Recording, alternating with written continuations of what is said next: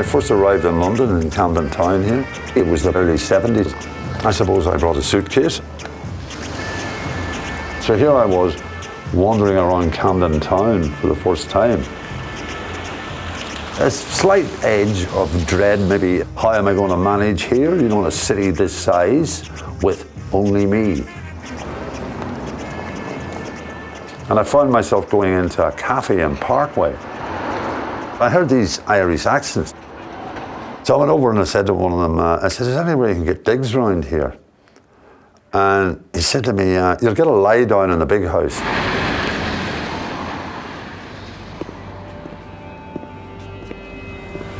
And this is what greeted me, Arlington House. I mean, I was a country boy, I was gobsmacked looking at this thing, the size of it. Yeah. In the old days, there was no lights. There were no lights here, no lights at all. No showers, no toilets here. They were all rooms in them days. There were so many rooms, if you wanted to show a bath, you had to go downstairs. There was only 6 sitting baths to share amongst 1,180 men. It's not too different from a rather run-down public school in the 50s, which is sort of environment I was familiar with. The vast majority of people here would just have kept themselves to themselves. If they were the sort of people that would have had close relationships with anybody, regardless of whatever sex it was, they probably wouldn't have been in Arlington in the first place. Quite a strange feeling to be looking at Arlington again. It feels like a different life, you know, a different life back then.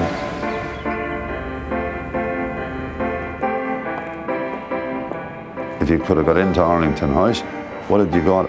Immediately you've got light, you've got heat, you've got companionship. All of the needs that a human being needs, they were all here in Arlington.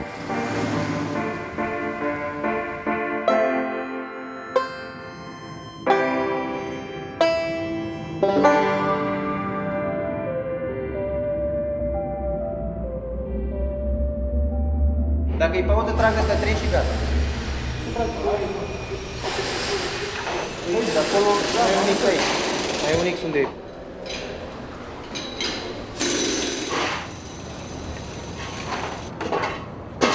I mean, this house gave it the name, like in Camden Town, where Paddy lies down. That was this house here gave them that name, like where they used for the Irish lay down, like, you know, they had a room and that, and they went to work for a daily wage, and got paid at the end of the day, and came back and lay down here and went out to work the following day.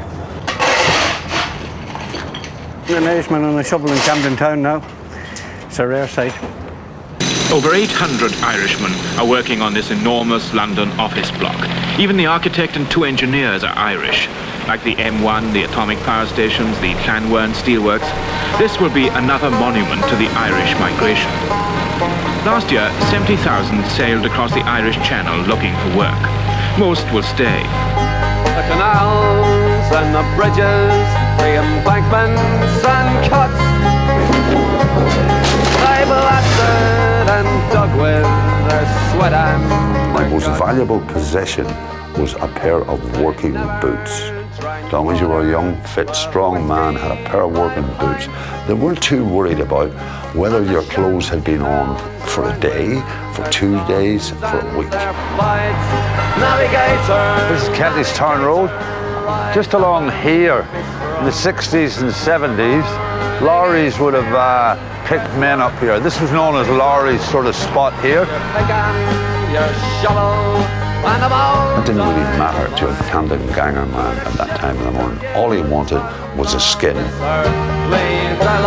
This is the Camden Road side of Camden Town here. Years ago, again, 60s, 70s. Stacks of men standing down here. They would have been picked up by Murphy, both the green and the grey. You know, other major contractors like that. save the brass in the pocket. There was so much work at the time, and there were so many young Irish men in this town at that time. You know, you didn't get the idea you were very special around here for very long. I gather that 80% of your labour is Irish. Now, why are they so attractive to you, or the jobs so attractive to them? Well, I think money is the first. They like big money. They don't mind the conditions we work under. When we move from this job to another job, they'll come with us. Won't English people do that? Well, I don't think so. They used to say, like, you know, it's not our country. Let's take the fuck out of it. Tons of this earth leaves the light. Yes, to ship the few tons of this earth leaves the light. I was a fit man in those days. And you'd have to really work hard. You'd have to really work hard. I mean, you could be in a trench shoveling muck all day, maybe 6-8 foot over your head. And I loved it. It used to do something for me. It delayed and distracted a lot of stupid thoughts I had in my head, a lot of fears.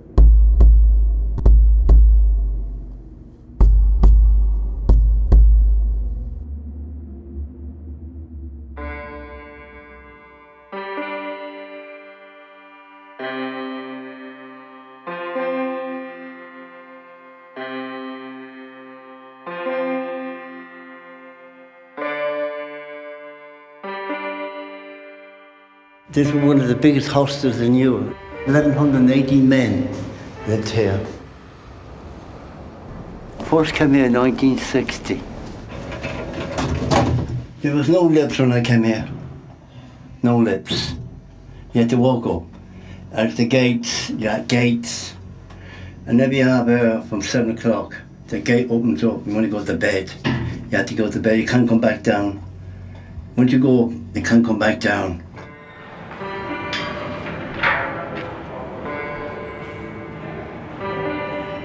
You can see the old numbers there.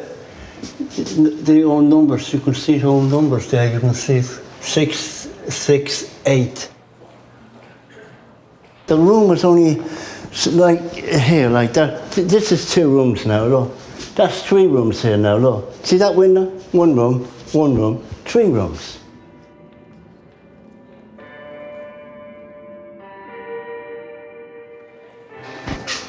I'll show you, this is my room. More letters. Yeah. Yeah, this one here. Here. It's all right, isn't it? This is my room here.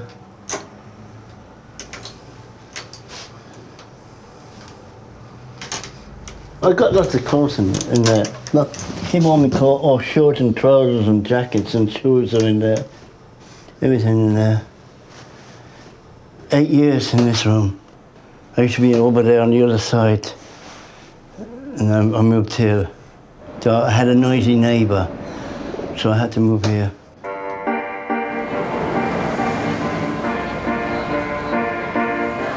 I was an industrial chemist with ICI after Trinity College Dublin, and then worked with Kodak for just under 3 years before throwing my hat in and starting as a property dealer. I did all right as a property developer for a number of years. In 1974, there were really serious financial problems, and I had to sell up my various properties in turn, and by the time I'd finished, there was virtually nothing left of it. I had virtually no cash left over from having a string of houses. And I just gravitated here, that's all.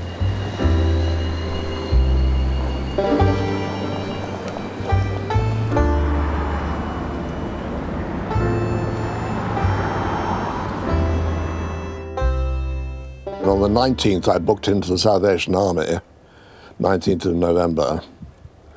And then I think I was probably there just the one night. And then on the Monday, I got into Arlington House.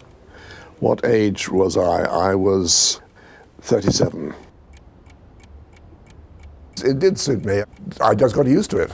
They had one great advantage, the whole way of life there, and that was that some people not so much need friends as they need enemies. And in Arlington House, you had a wide choice of fairly select people that you could hate if you wanted to, and if you were that way inclined. I don't give a fuck. Hey, you want this pot of water? Yeah. God bless you.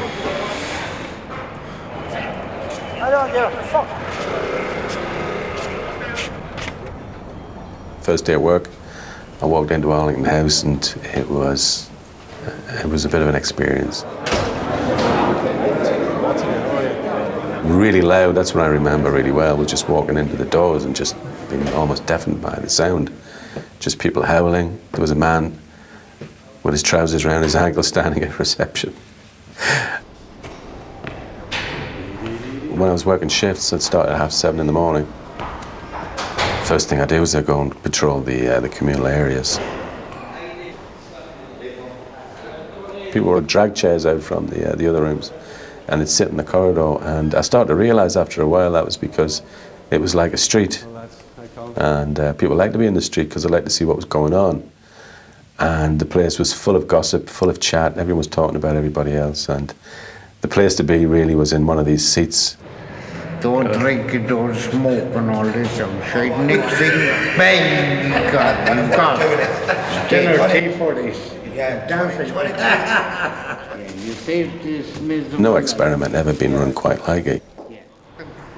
This was kind of a new idea in the fact that you had a wet hostel, and certainly one this size, where people were free to drink and drink at quite crazy levels, you know, but they were supported while they were doing it. Now these people would have all been on the street otherwise because nowhere else would take them.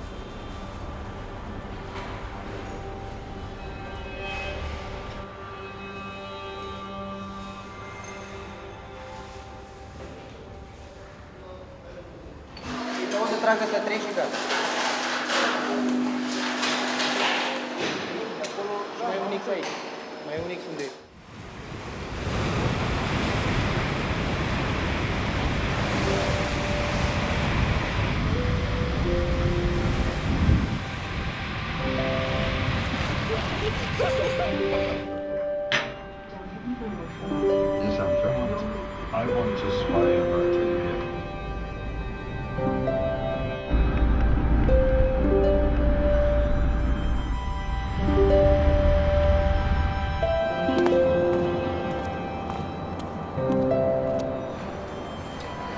Oh, well, long time no see. How are you, Joel? I'm reasonably well. Are you still in the house? I was a bit still in the house, but I'm 71 years of age now. But you're looking well. You're looking good. Don't pitch my you looking fantastic. Well, thank you, sir. Hello, Seamus. How are you doing? Huh? Oh, Seamus, Get lost. Get lost. You back to the country in the first. Go away. They should never let me in the first time, Seamus. You're not back in the drink, are you? No, I'm not, Seamus. Right. I've managed to survive pretty well off it. And how about the smoking? Have you given up the smoking? No, I'm still struggling with that, Seamus. Yeah. So I do, I'm not as much as I used to. I know, yeah. I don't drink as much as I used to. Yeah. Because I was very heavy one time on it. Yeah. If we ever drink together, I can't. Well, I'm sure in that corridor years ago, Joe, there would have been stacks of us drinking together. Oh, it would have been, that's right. How's the wife shaping up? No, she's shaking. Is she in training? Yeah, she's training me, Seamus. 5. That's 6. And this is it, number 7.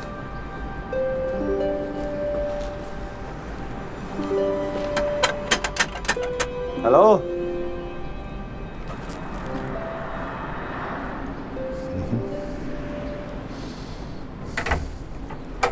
Well, the man himself. Hello, Joe. How are you? Hello, Keith. How are you doing? Good to see you. Good to see you. It's really good to see you. You're looking great. You're looking. I tell you, you haven't aged it, any? You reckon? Huh? No Aussie accent? No. You're looking well. Come in. Thank you very much. And do you remember that as it used to be? That's Bob. Yeah. That's Bob there. And there's like some of the older residents. Yeah. God, yeah, look at those faces. That's